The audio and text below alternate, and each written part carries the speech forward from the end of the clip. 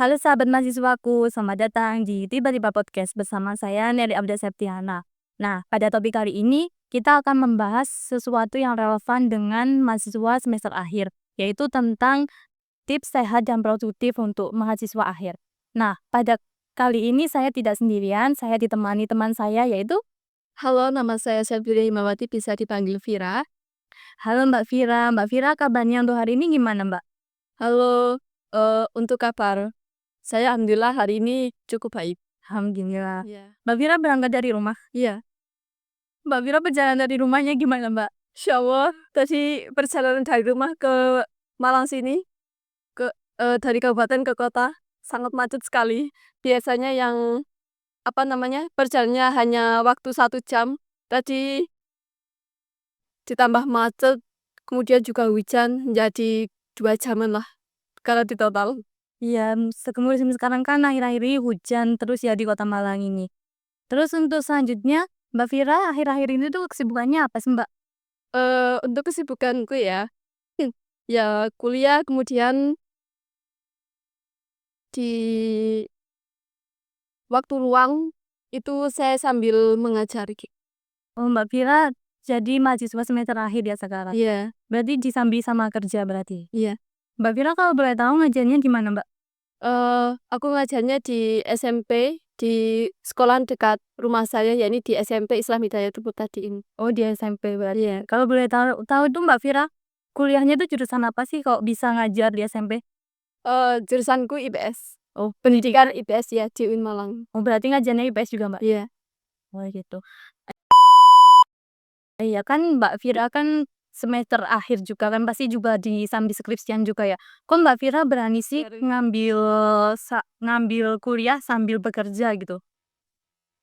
Ya, bisa sih. Karena, eee, kan kuliahnya hanya seminggu itu terkadang masuk, kadang enggak. Ya masuk, kalaupun masuk itu cuman, eee, 1 sampai 2 kali itu 1 minggunya. Jadi kan masih, ada waktu luang untuk, untuk bekerja gitu. Jadi aku mengambil waktu luang tersebut untuk mengajar gitu. Oh berarti Mbak Vira tuh kuliahnya sekarang itu nggak begitu sering masuk ya? Iya, jadi, apa namanya, eee, jarang-jarang gitu. Jarang-jarang berarti. Ya kalau ada, tugas terus harus dikumpulkan atau, Presentasi harus presentasi itu ke ke kampus kampus. Oh berarti Mbak Vira PP berarti ya? iya. Oh pulang pergi gitu. Nah terus kan Mbak Vira kan kuliah sambil kerja Mbak ya? Terus kalau tantangan terbesarnya tuh yang Mbak Vira hadapin tuh apa sih, Mbak? Untuk tantangan sendiri, kalau untuk tantangan itu menurut saya ya, menurut pribadi saya itu ketika membagi waktunya. Jadi semisalkan, saya mengajarnya ini kemudian harus mengejar deadline tugas kuliah juga yang harus segera diselesaikan. Jadi ya menurut saya tantangannya itu membagi waktunya kurang gitu. Oh, terus kalau pas mendapatkan tantangan tersebut Mbak Vira tuh gimana sih cara nyelesainnya? Jadi, untuk apa ya, membagi waktu iku kalau pagi itu saya mengajar dulu kemudian kan sampai duhur, terus kan pulang, ya wes habis itu istirahat dulu, malamnya mengerjakan tugas kuliah gitu. Nah, tapi kan kalau kuliah itu kan nggak berat, Mbak, ya. Terus ketambahan Mbak Vira tuh ngajar apa nggak tambah Mbak Vira tuh apa nggak tambah pusing, terus stres, capek juga gitu? Nah, kalau ditanya seperti itu ya, kalau sudah kuliah capek ya capek, kemudian ditambah mengajar, ya capek juga sih. Tapi kalau sudah ketemu anak-anak itu, ya alhamdulillah nggak begitu. Meskipun, terkadang mereka itu menjengkelkan, nakal, sering ribut di kelas gitu. Apa sih kalau boleh tahu tuh hal yang paling menjengkelkan saat ngajar tuh apa sih, Mbak? Ya, pada umumnya sih kan masih usia SMP ya, jadi kan masih nakal-nakalnya mereka, ya gitu. Kalau di kelas main sendiri, kemudian kalau ada guru yang menjelaskan itu jarang direken apa ya lek ngarani, Jarang diperhatiin. iya jarang diperhatikan tuh. Kemudian keluar kelas gitu. Berarti umumnya gitu, Mbak, ya, apalagi, transisi dari SD terus ke SMP gitu ya. Tadi kan kata Mbak Vira tuh udah capek, terus pusing, stres gitu kan. Terus gimana sih cara Mbak Vira itu menjaga mental Mbak Vira biar nggak terlalu mendalam gitu kutinya, terus capeknya, apalagi stresnya tuh gimana sih, Mbak? Jadi untuk, mengatasi capek untuk menenangkan pikiran saya dari stres, pusing dan sebagainya itu saya biasanya larinya itu main game. Jadi saya juga apa namanya, eee, butuh hiburan dengan cara yaitu tadi main game online. Salah satunya adalah Mobile Legends gitu. Nah, Mbak Vira kan pastinya udah sibuk banget ya, apalagi pagi tuh masih ngajar terus sampai duhur, terus habis itu sorenya juga kuliah, terus malamnya juga ngerjain skripsi sama ngerjain tugas. Terus Mbak Vira tuh gimana sih cara menjaga daya tahan tubuh Mbak Vira tuh biar nggak gampang sakit kayak gitu tuh gimana, Mbak? Jadi untuk apa namanya, berarti intinya menjaga kesehatan Iya. gitu ya. Ya untuk menjaga kesehatan tentunya yang pertama itu menjaga pola makannya dulu, kemudian olahraga secara teratur, terus apalagi ya, makan makanan yang sehat dan bergizi gitu. Oh, berarti Mbak Vira masih sempet-sempetnya olahraga berarti, Mbak, ya? Ya pasti Mbak Vira tuh nggak ikut olahraga itu di sekolah apa emang olahraga mandiri, Mbak? enggak sih kalau di sekolah ya wes olahraga di rumah, olahraga sendiri gitu. Kalau habis apa pagi-pagi itu sebelum mandi, sebelum beraktivitas itu kita olahraga dulu gitu. Biasanya Mbak Vira tuh olahraga apa, Mbak? Apa ya, ya wes jalan-jalan lari gitu. Oh, lari-lari jogging gitu, Mbak Vira ya? Nah, terus kan Mbak Vira kan tadi sempat bilang, makan makanan yang sehat dan bergizi. Contohnya apa sih, Mbak, yang Mbak Vira makan sehari-hari tuh? Ya kalau untuk makan sehari-hari ya wes makan nasi kemudian kalau untuk cuci mulut ya makan buah gitu. Terus tidak lupa, apa ya, terkadang saya juga membuat jus-jus buah-buahan gitu. Oh, berarti hidupnya Mbak Vira itu udah sehat banget, Mbak, ya? Apalagi disambi kerja sambil kuliah juga itu, Mbak. Kalau aku sih, Mbak, biasanya tuh tiap harinya tuh jarang, Mbak, makan buah-buah kayak gitu, terus apalagi jus, paling jus pun itu pas sakit gitu, Mbak, ya. Terus kalau makan buah biasanya juga salad buah kan pasti ada pemanisnya, Mbak. Terus biasanya juga apa, makanku tuh makan pedes-pedes, terus makan makan ya pinggir jalan gitu loh, Mbak. Jadi kayak makan yang sehat itu jarang banget gitu, Mbak.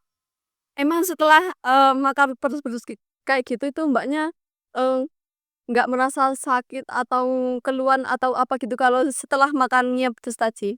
Iya, Contohnya besoknya sih, Mbak, biasanya sakit perut. Biasanya kalau malam tuh makan seblak sih, Mbak.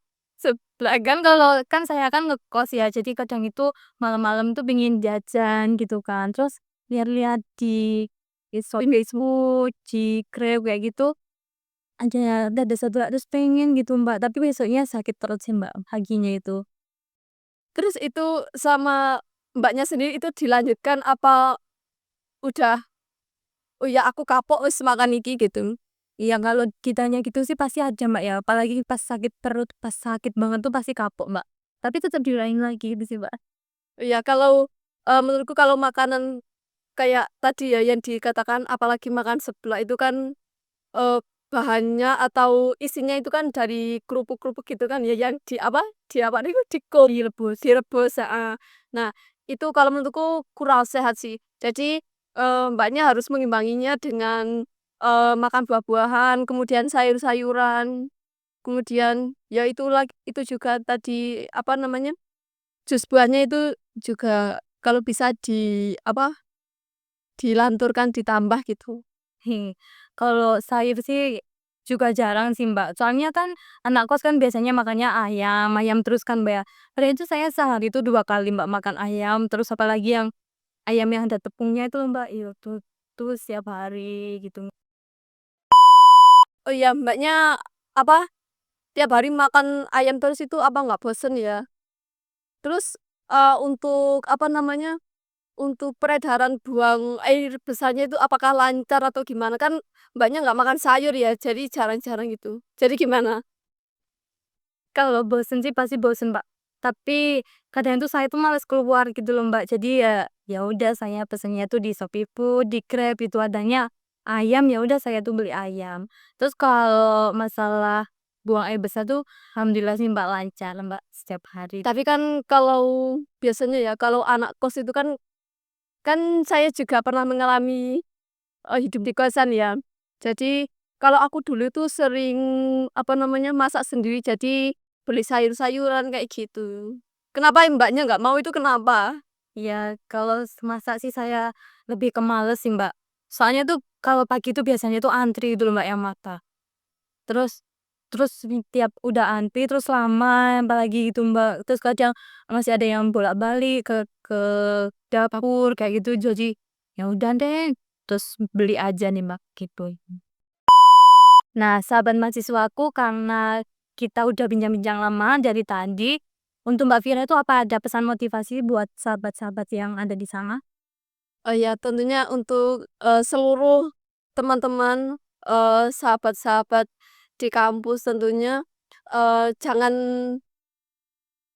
bosan-bosan untuk, apa namanya, Berolahraga. berolahraga, kemudian dijaga pola makannya, kemudian, makan makan sayur-sayuran, buah-buahan, kemudian dikurangi makan pedes-pedesnya, gitu. Jadi tetap semangat, semoga sehat selalu. Karena, sehat itu mahal, gitu. Karena opo rek, karena mencegah itu lebih baik daripada mengobati. Cukup dari saya. Iya, terima kasih banyak ya Mbak Vira, dari tadi pertanyaan-pertanyaan udah dijawab semua, terus udah mau menyempatkan waktu datang ke sini juga ya Mbak Vira. Lagi jauh-jauh dari Wajak juga, Mbak, ya. Nah, kesimpulan pada topik kali ini tuh di sini kita harus tetap menjaga kesehatan, terus menjaga pola makan juga. Apalagi kan pada nalas semester akhir itu pasti stres, pusing, apalagi yang disambi sambil bekerja. Jadi itu tadi ya podcast tentang tips sehat dan produktif untuk mahasiswa semester akhir. Mungkin itu saja kita cukup pada pertemuan kali ini dan sampai jumpa. Dadah.